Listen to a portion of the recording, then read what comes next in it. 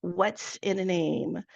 Um, you hear this from Romeo and Juliet. You hear Juliet say to her boyfriend or the guy she's in love with, "What's in a name?" Romeo, I'm sure you all have heard that.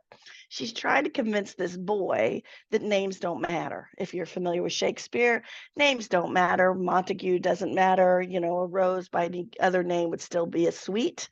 But the truth be told, names do matter. And because names matter because of your past, and it frames the story of who you are. And your name not only encompasses who you are today, but where you've been and also where you're going. So it's extremely important to understand not just the name, but the story behind it. So that's where we begin tonight. So we decided to go through these first 7 names, and we're learning them in order they appear in the Old Testament. The first one is Elohim, which we're going to learn together. Elyon, which is God Most High. Adonai, you should be familiar with these. El Shaddai, Elolam, Jehovah Jireh, and I like to pronounce it Yahovah, but a lot of people pronounce it Yahweh.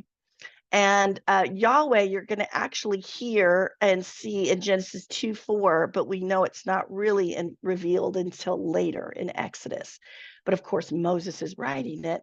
So he writes the name as early as Genesis 2, which is kind of interesting. But so we're not hitting that till Exodus. So as I went through this, I began to understand the names in a deeper manner whenever I heard the story. So the first one we're going to go through tonight is Elohim. And Elohim is found in Genesis 1:1. And it's defined in these 3 terms: God, creator, and judge. Now, judge is spoken with Elohim later.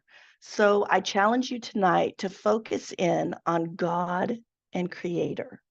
God and creator, and focus on Elohim. It appears in Genesis 1:1 right away. In the beginning, God created the heavens and the earth. The interesting thing about this one is that it's actually a plural. Most people might know this, that it is in plural form. It's not in singular. So some people all the way from the very beginning of the Bible see Elohim as already part of the Trinity. We even have a rabbi that has spoken and talks about Elohim maybe being in a Trinity manner, 3 separate entities, yet each one is distinct. Sounds familiar, doesn't it? It also can mean strength and power, which I really loved. That as a woman, I like to feel that God is there and he's strong. And this is the most common word used for God. It is used over 2,000 times in the Old Testament. In the New Testament, I believe it is another 1,000. So you're talking 3,000 times. So it is our most common word for God. So Elohim, I've got most of this from Blue Letter Bible. There's some amazing Bible research tools out there. It's only one of them. And they talk about Elohim and what it means.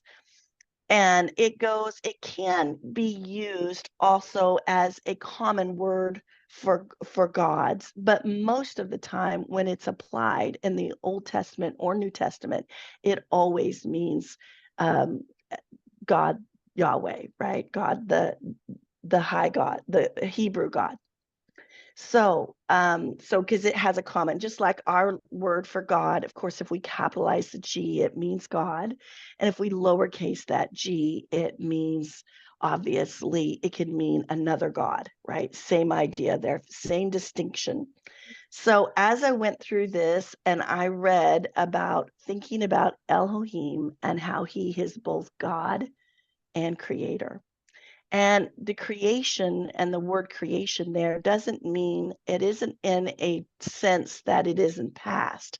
It means it's always being created, much like Christ when he regenerates our soul. It is like we're always being created anew, almost every day.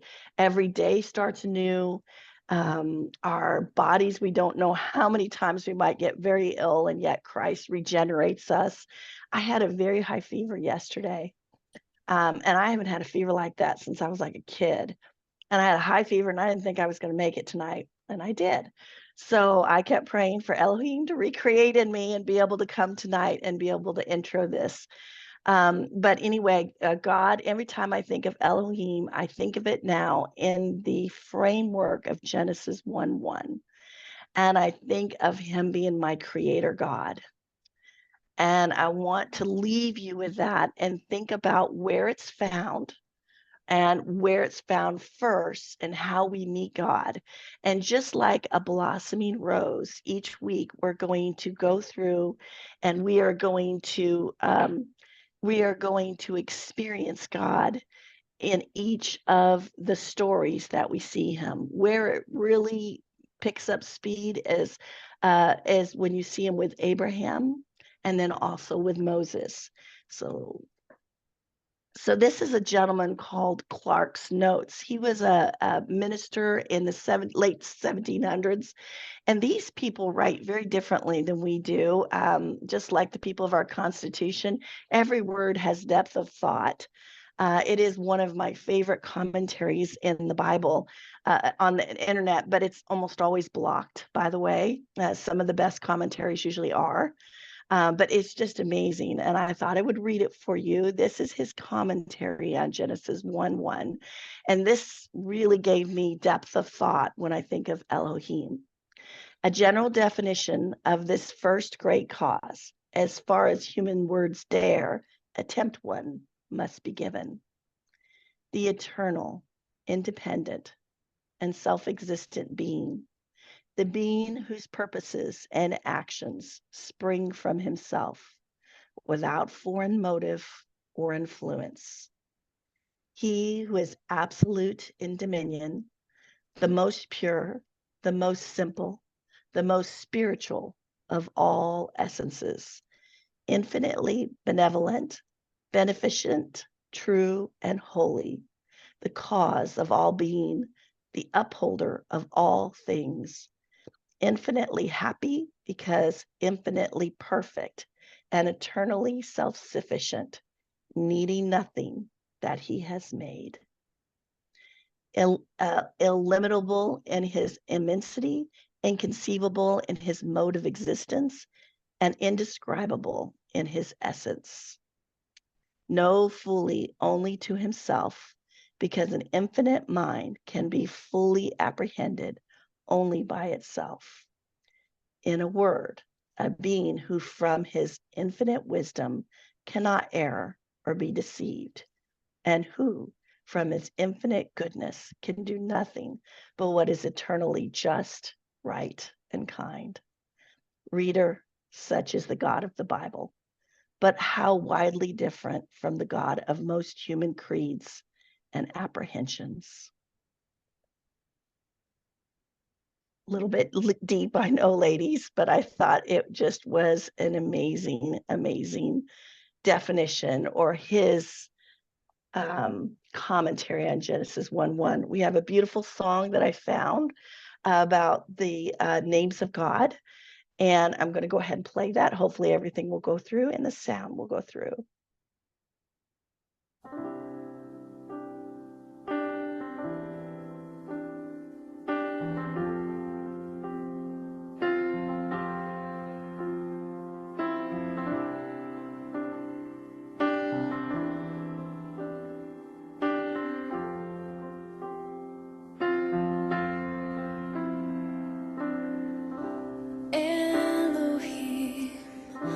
Creator, Jehovah Shema, the Lord is there, my Master Adonai,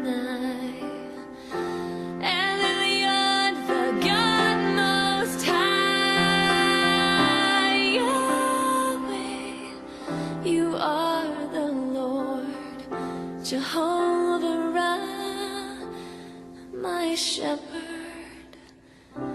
Megadishkim, sanctifies you, the Lord arise.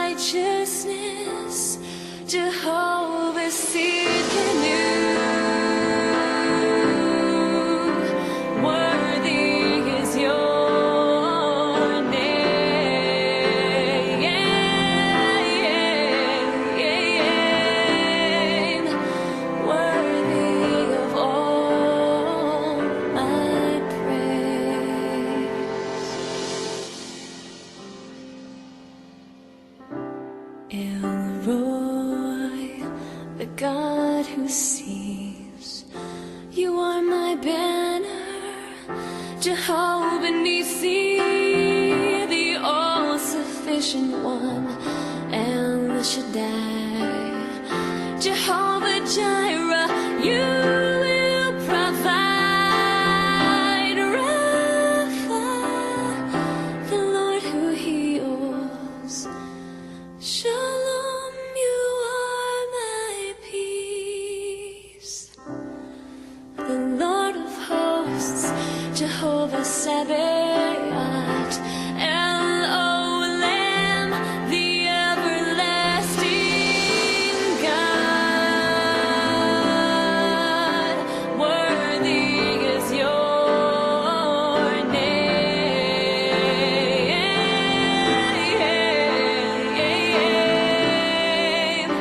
worthy of all my praise.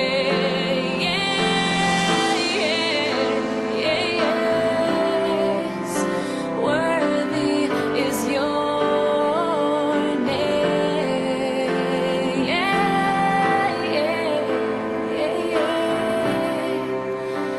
worthy of all my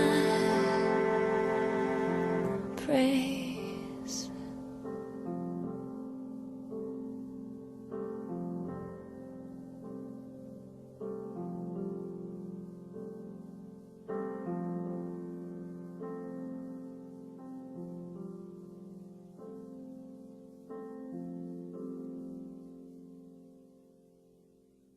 So, ladies, we hope that you get a chance to meet God in a whole new way this year, hopefully seeing him through the names as they're unfolded in Genesis and the beginning of Exodus.